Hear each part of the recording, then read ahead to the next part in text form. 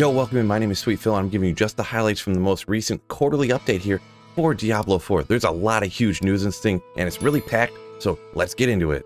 The first noteworthy paragraph is right here where they just talk about the different seasons, and they will be doing seasons, obviously, and hopefully they're looking for soon after launch. We all know how that goes, Diablo 2 Resurrected. But they also said they're going to shoot for up to around 4 seasons per year, so it's going to be similar to the structure that is currently now with Diablo 2 Resurrected. So that would sound like, to me, 3-month seasons is what it's looking like. Now, the next important thing is the very next paragraph here. Diablo 4 seasons are going to be modeled after Diablo 3 seasons. No! God, please, no! Alright, well, no. I know it says Diablo 3, and that would shock anybody, and it did shock me when I first read that. I got a little scared, but you keep reading on.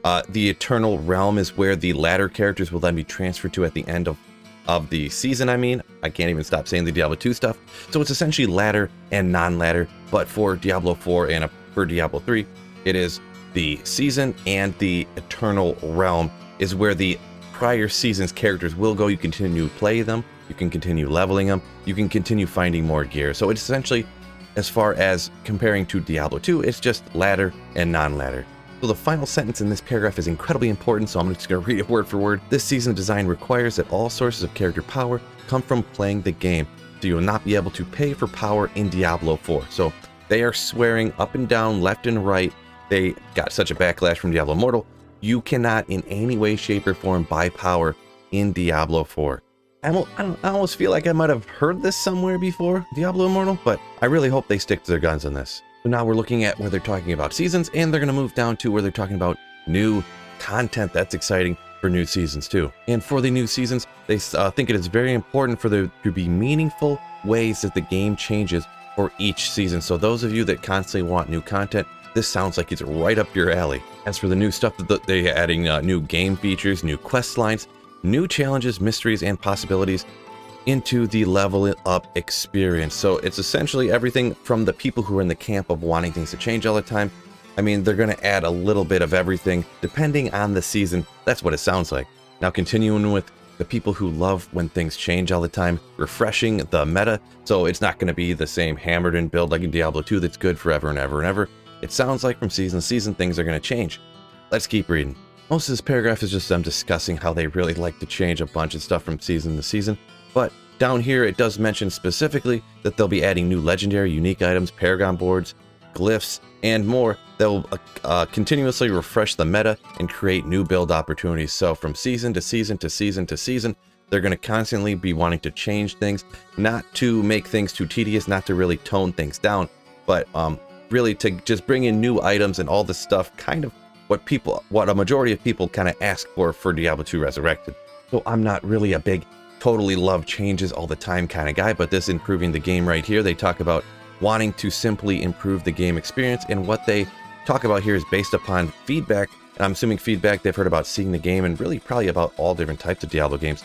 The team will be identifying quality of life features and polished work that can be done to improve the overall game experience. So that's one thing that I really would like added to Diablo 2 Resurrected, and hopefully they get in here too.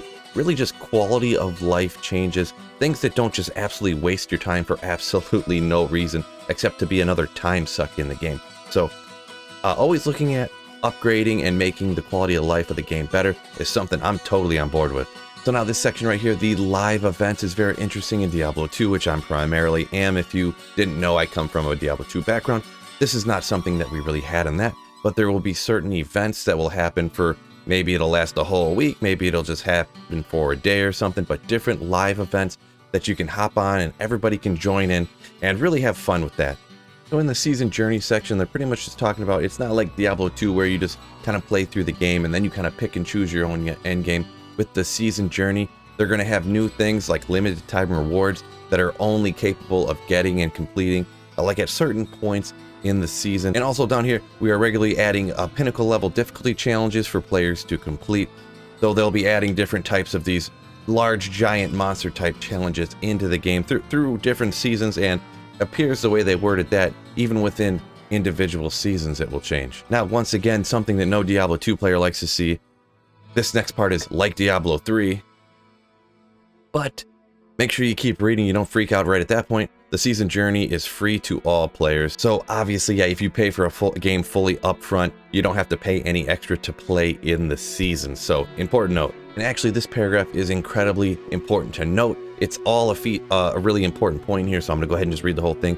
Completing the season journey objectives also grants you progress towards the season pass. And this is a very interesting addition to Diablo 4.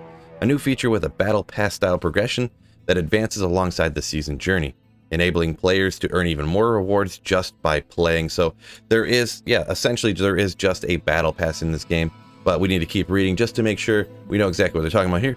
The season pass has both free rewards, cosmetic, premium currency, and gameplay boosts. So gameplay boosts on the free season pass, and the paid rewards is just extra cosmetic, and the premium currency, which the premium currency is used to purchase more cosmetics. So according to what they're saying here, they're kind of sticking to their word of what they said before, that only the money that you pay will go towards cosmetics. But it is interesting that they do give you the gameplay boost for the regular season pass, one of those incentives to make you come back day after day after day after day and play every single day, much of the way that like the free cell phone games work as well. But I will mention that the gameplay boost you do get for free, but it is not in the paid particular part of the season pass.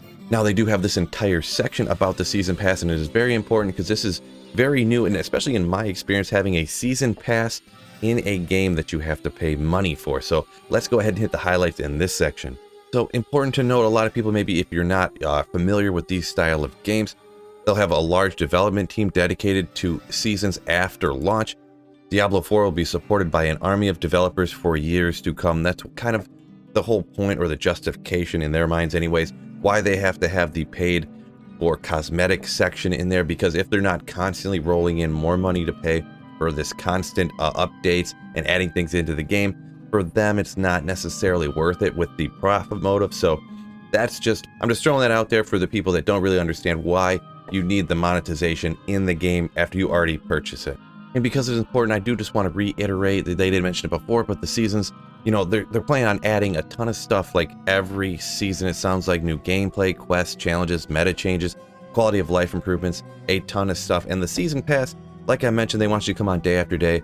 It is to recognize players' dedication with great rewards unlocking as you play through the seasons. And then another thing that they do reiterate, the single track for free reward tiers and the paid reward tier, and they want to specify, and I'm kind of glad they are specifying in here too, the premium tier, which provides no in-game power or advantage over other players. So the premium tier is just for you to gain more cosmetics as you play through. So we'll mention they do go over this free and premium tier right here, and the season pass award cosmetics. I'm not going to read all through this again, but they actually do repeat themselves multiple times on this. I think they just want to nail home and make sure there's no ambiguity about what they're saying of how you can't buy power and it's only cosmetic. I will put a link down in the description if you want to read through all this stuff I'm kind of skipping over because they are repeating themselves a couple of different times. Now we're jumping into the shop section, and this is a very important section here for clarification, just to make sure that there aren't any of those predatory type things like we've seen possibly in Diablo Immortal maybe? They do mention here, and this is kind of just words, but I got to take them at their word for now until we see the game for full. But we want to buy things to feel good before, during, and after the purchase. Not like someone felt they got taken advantage of, or like they're being pressured into buying things. Like I will mention again, like the Diablo Immortal title was. And once again, they specify it for like the 13th time, but this is just cosmetic stuff that you purchase in here. And they notice that while, even though they may look super powerful pieces of gear, none of the changes to these items actually increase the power in any way. But just a little bit down here further, the shop is optional, of course, it better be. And of course, right here, the shop is transparent. They pretty much are saying that you can sample, and you click on it, and then you can essentially try the gear on. You can see exactly what these cosmetics look like on your character before there's any purchase necessary. You're not just seeing a picture of the gear. You purchase the particular cosmetic, and then all of a sudden you put it on your character, and you think, that don't look right. You can literally see exactly what it's going to look like before you click purchase. This is an important point right here to me. The best looking cosmetics aren't exclusive to the shop. So it's saying that you can literally drop transmogs, which are what they're calling the cosmetics. You can literally drop them or unlock stuff in game. And they didn't necessarily, they're saying they did not separate them based upon they charge money for the best looking ones. But that's an opinion, but they didn't charge money for the best looking ones and only give the terrible looking ones that you can get for free. It, I guess it's sort of random the way that they're suggesting it's going to be or whatever. Not systematically better choices in the shop. So take that for what you will, but it is cool that you can actually drop different skins essentially for your gear and stuff. And then as I scroll over here, I just want to show you real quick. They actually have pictures of different examples. They are pretty bright. That's a pretty bright red. This is a pretty fancy looking like half skeleton dude here.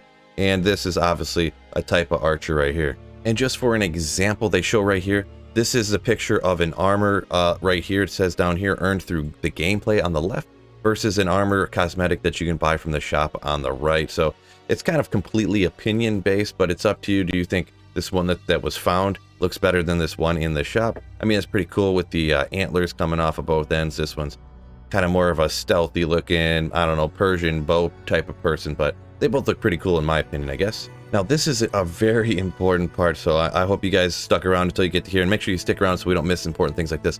On the original leak from the survey that I posted a few days ago, it said that when you bought a skin, you would get it for every character. So you could use, if you bought some gold helmet, gold armor, we'll just say for example type of skin, you could use that across any of the rogue, the barbarian, wizard, whatever, etc., etc. Right here is saying differently. Armored transmogs in the shop are usable on all characters of that class. So that's only meaning, once you read down here a little bit further, if you make a rogue and you buy a rogue armor for it, skin, you can only use it on the other rogues that you make, not across.